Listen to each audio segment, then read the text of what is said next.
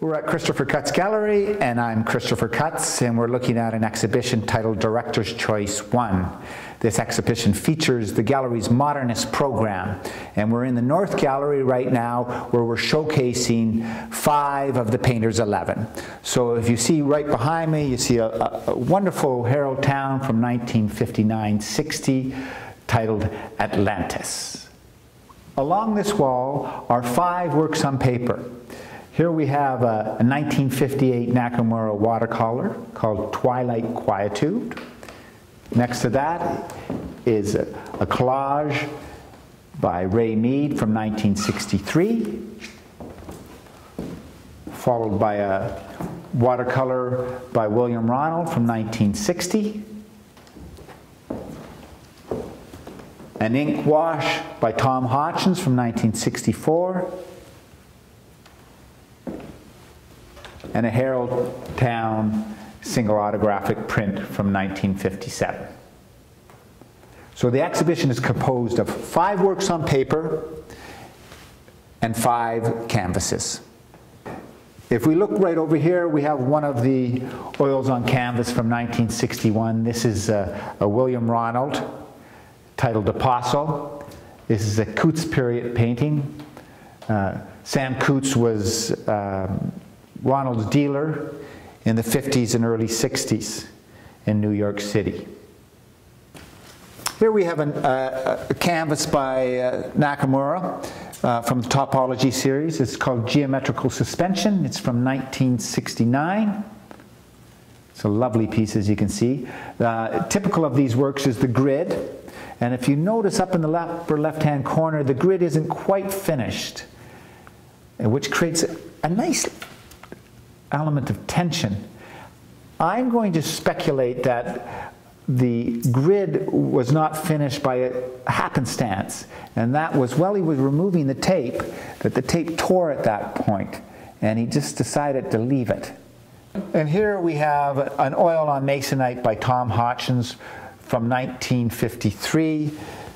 As you can see, the painting has some concrete objectivity to it, structure.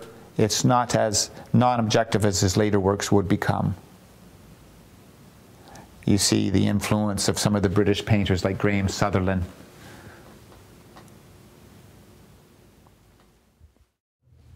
Okay, now we're in the South Gallery where I'm exhibiting, I guess, the direct post-contemporaries of the painter's 11.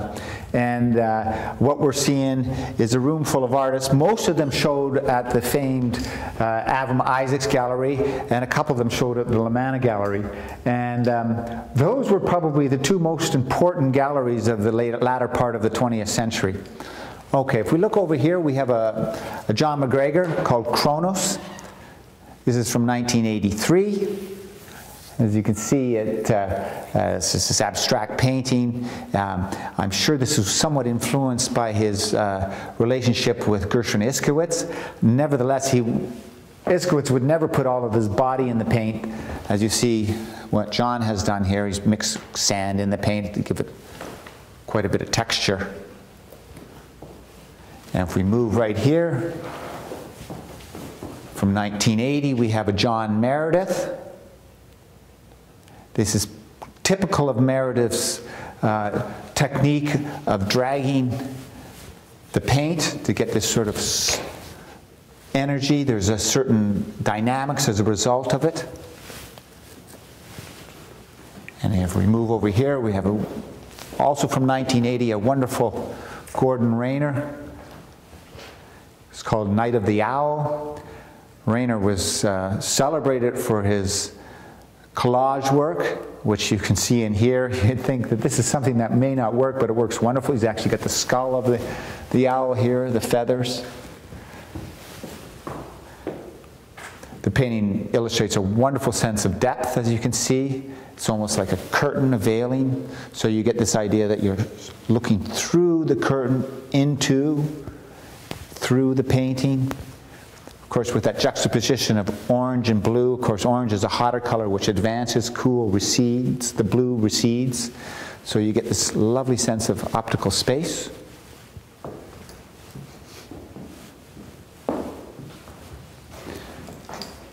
Here we have a terrific Dennis Burton from 1961.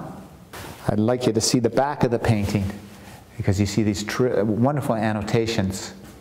Okay, now we're looking at the back of the 61 Burton. As you can see, it has a very long-winded title, Diagram, Portrait, Reflection of Myself, or Any Man as a Finite Universe.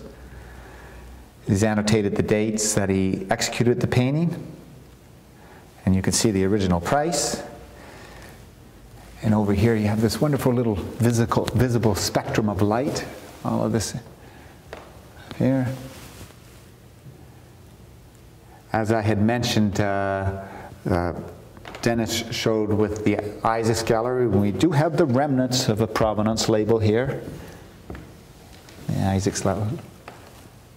Dennis, like Nakamura, were really cerebral artists. They really thought a lot about what they were doing, and there was always a scientific bent to their approach to art making. There's a story I'd like to tell you about Dennis and Kaz. Kaz was, this is probably in the early 60s, Kaz is walking down the streets of Toronto and Dennis comes upon him and he says, "Oh, hi Kaz," and Kaz is holding a magazine. It's Scientific America. And Dennis says, "Kaz, how come you got a Scientific America?" You know, he's thinking, why doesn't he have an art magazine or something like that? And Kaz looked at Dennis and he said, "Because I want to know the truth." Okay, from the Burton, we're going to look at this wonderful Gorman from 1977 called Tuesday. This is classic Gorman. As you can see, all of the paint has been pulled. Rick grew up in Ottawa and he saw many paintings by Paul-Émile Bordois, and he, on more than one occasion, he told me that after he saw the Bordois paintings, and Bordois pushed his paint around with palette knives, spatulas, etc., he decided that he wouldn't work with brushes. And as you can see here, all of this paint is pushed around. There's no brushwork at all. And he had a variety of different spatulas. He'd use big silk screening squeegees as well.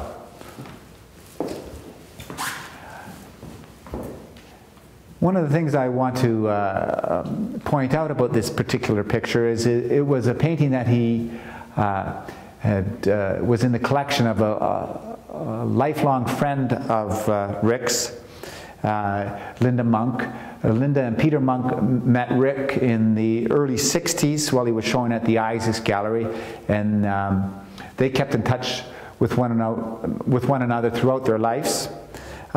This particular painting is, the palette has a wonderful lyrical quality, and at the time that Rick was making these paintings, he was living in Ottawa and working in a garage, and he made a number of very large format canvases. This is about 10 feet by 6 feet. And this would probably be, let's say, the lightest in color. Most of the paintings are quite a bit more muscular, like darker reds and blacks, etc. But this one has a wonderful lyrical quality about it. But still, there is a lot of strength in the painting, as you can see.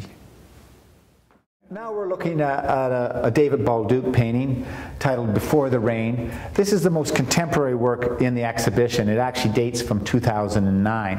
However, I want to point out that David had a habit of, when he made a work, and he made many works, and he sold many works, if they came back to the studio, he would repaint them.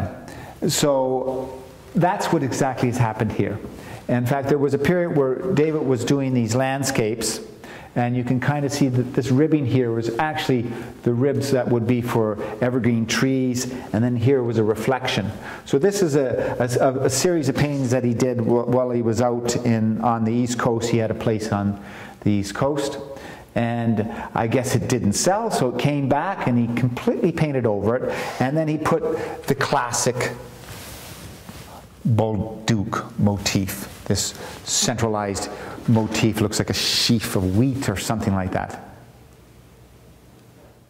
Looking at a Ron Martin from 1989. This is from his series of paintings which he titled Color Extensions. This is called Cycle of Color. Typical of Ron's work, it's heavy impasto, again material-based painting. I want to point out that both Ron and David show with the Carmen Lamanna Gallery. The rest of the artists that we looked at, MacGregor, Meredith, Rayner, Burton, Gorman, all showed with the Isaacs Gallery. That's Director's Choice 1.